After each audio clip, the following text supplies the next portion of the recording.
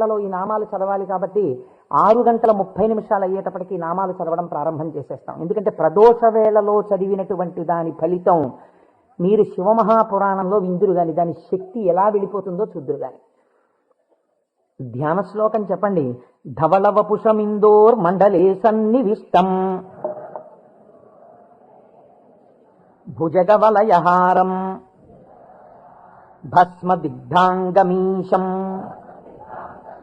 మృగయ పరశుపాణిం చారు చంద్రార్ధమౌళిం హృదయ కమల మధ్యే సంతతం చింతయామి. శివో మహేశ్వర శంభుః పినాకీ శశిశేఖరః వామదేవో విరూపాక్షః కపర్దీ నీలలోహితః శంకరః శూలపాణిశ్చ ఖట్వాంగీ విష్ణువల్లభః శిపి విష్ణోంబికానాథః. శశి విష్ణు కాదండి, అది పొరపాటు పడింది. శిపి విష్ణోంబికానాథః శ్రీకంఠో భక్తవత్సలః భవశర్వస్త్రిలోకేశః సితికంఠః శివాప్రియః ఉగ్రకపాలీ కామారీ అంధకాసురసూదనః గంగాధరో లలాటాక్షః కాలకాలః కృపానిధిః భీమః పరశుహస్తశ్చ మృగపాణిర్జటాధరః కైలాసవాసీ కవచీ కఠోరస్త్రిపురాంతకః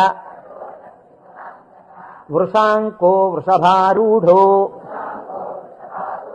భస్మోద్ధూళిత విగ్రహః సామప్రియః సర్వమయః త్రైమూర్తిరనీశ్వరః సర్వజ్ఞ పరమాత్మా చ సోమసూర్యాగ్నిలోచనః హవిర్యజ్ఞమయః సోమః పంచవక్త్రః సదాశివః విశ్వేశ్వరో వీరభద్రో గణనాథ ప్రజాపతిః హిరణ్యరేతా దుర్ధర్షో గిరిశో గిరీశో నగః భుజంగభూషణో భర్గో గిరిధన్వీ గిరిప్రియః కృత్తివాసాః పురారాతిః భగవాన్ ప్రమదాధిపః మృత్యుంజయః సూక్ష్మతనుః జగద్వ్యాపీ జగద్గురుః వ్యోమకేశో మహాసేనః మహాసేన జనకశ్చారు విక్రమః రుద్రో భూతపతిస్థాణుః అహిర్భూజ్ఞో దిగంబరః